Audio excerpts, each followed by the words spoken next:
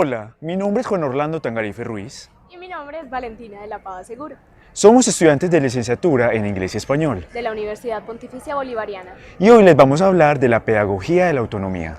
por Paulo Freire. Acompáñennos.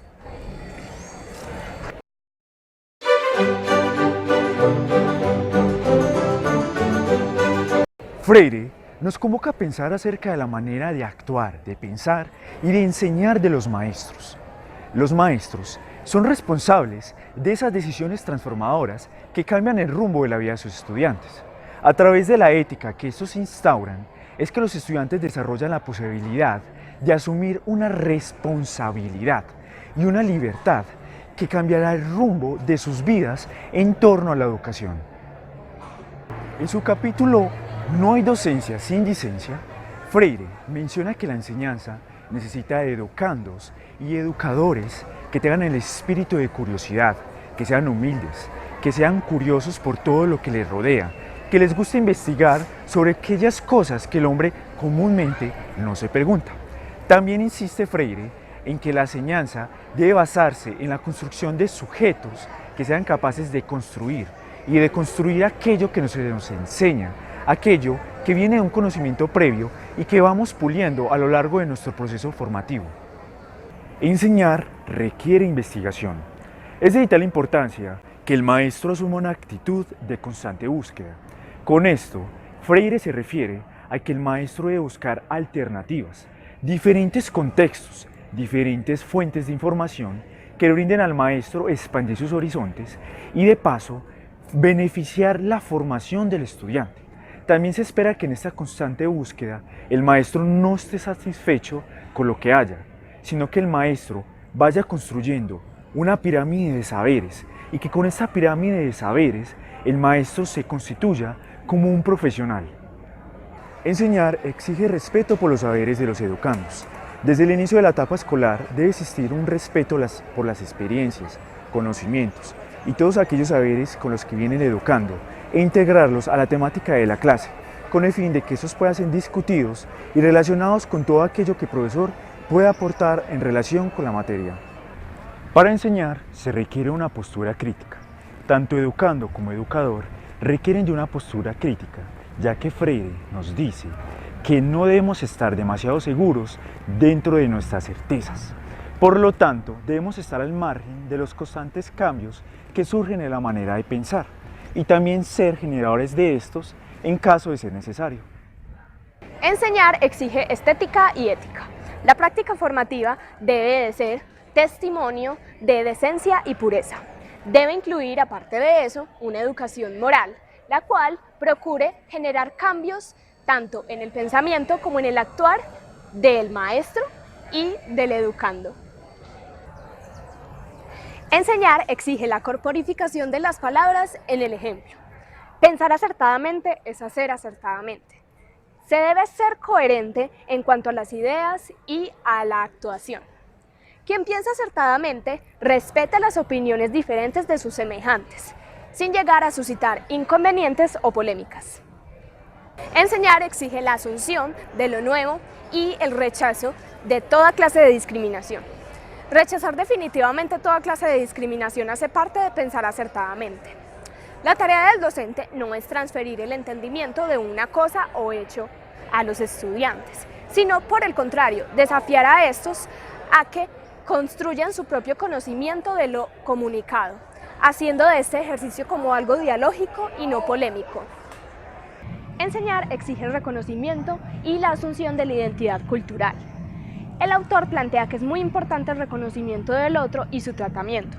No se imagina cuánto puede influenciar el más mínimo gesto del profesor en el estudiante, tanto en lo académico como en lo personal. Asimismo, la formación docente nunca puede estar desvinculada del ejercicio de la crítica, que implica pasar de la curiosidad ingenua a la curiosidad epistemológica y de la asunción de la importancia de las emociones y los sentimientos.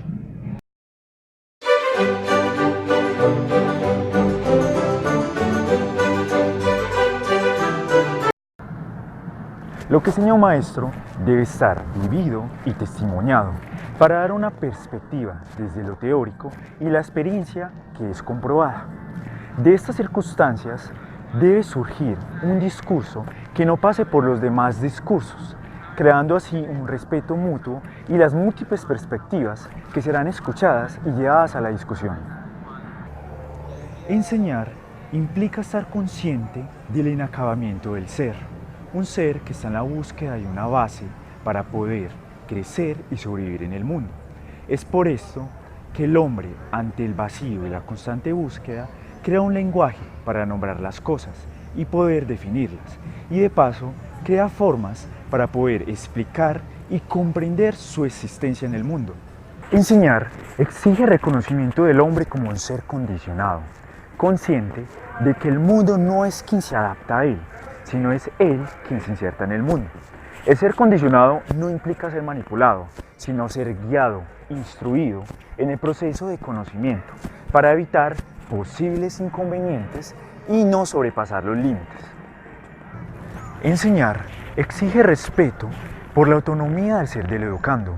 Un maestro no puede menospreciar, ni mucho menos ahogar o erradicar la capacidad creativa de un estudiante.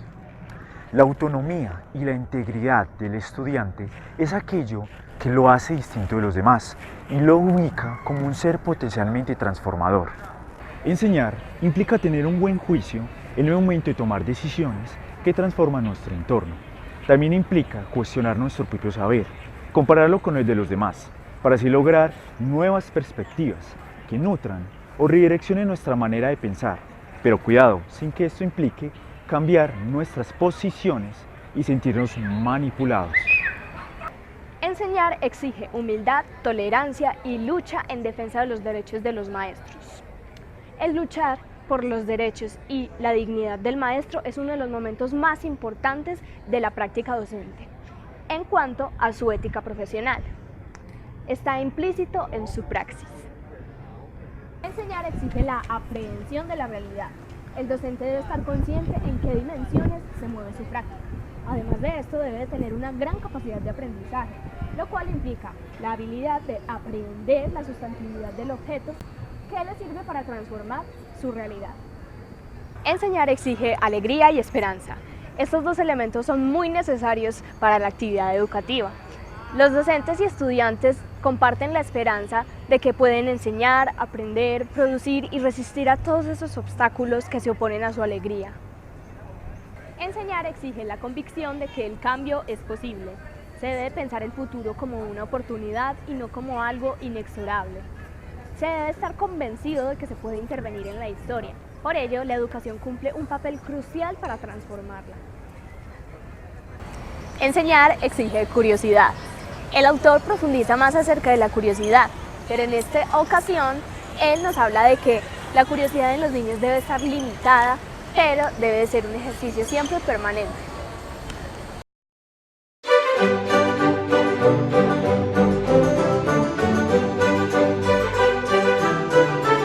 Un maestro debe ser visto como una autoridad docente y democrática, es decir, una figura que expresa firmeza en su actuar y pensar.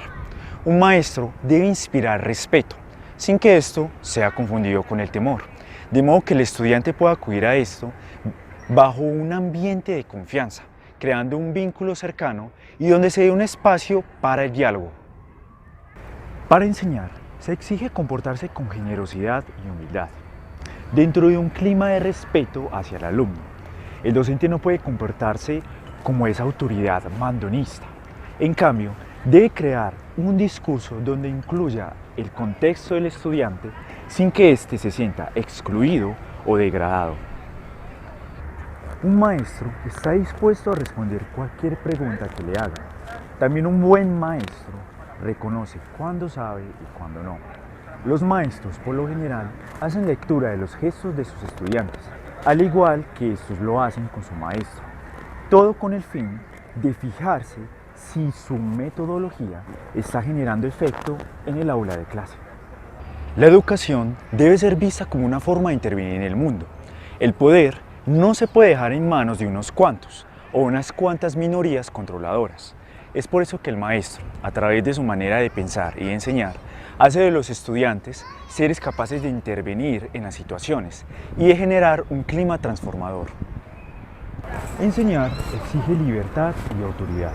La libertad se ejercita a través de la autonomía, el poder tomar decisiones, y la autoridad, que en este caso sería el docente, se encarga de supervisar aquellas decisiones que, aunque suenen un poco absurdas, ayudan a que el estudiante entrene y vaya creando su propia personalidad. Con esto se logra una libertad sin interferir en la de otro. La educación exige una toma consciente de decisiones. En este ítem se explica que la educación es política por naturaleza, justamente porque su raíz viene desde la educabilidad del ser humano. Además de esto, se reitera que el ser humano puede intervenir en la historia, justamente gracias a la educación. Enseñar exige saber escuchar. Quien sabe escuchar lo hace paciente y críticamente. Además, no habla impositivamente, haciendo que el silencio sea un elemento importante mientras que la otra persona habla. Enseñar exige reconocer que la educación es ideológica. Como profesores debemos de saber acerca del poder que tienen los discursos ideológicos, que muchas veces pueden persuadirnos y cegarnos de la realidad. Debemos de advertir a los educandos acerca del peligro de este tipo de discursos. Enseñar exige la disponibilidad para el diálogo. En la disponibilidad para la realidad se construye la seguridad, la cual se funda en nuestras convicciones de lo que sabemos, lo que no, y que podemos mejorar lo que ya sabemos y lo que aún ignoramos. Educar exige querer bien a los educandos. La afectividad no debe de asustar al maestro. Es más, puede expresarla, pero no abusar de ella. La afectividad es la manera en que se siente el compromiso que se tiene con los educandos. De esta manera concluimos el recuento del libro La pedagogía de la autonomía de Paulo Freire. Muchas gracias por acompañarnos. Y recuerden las palabras de Paulo Freire: los hombres no se forman en el silencio, sino en el trabajo, la acción y la reflexión.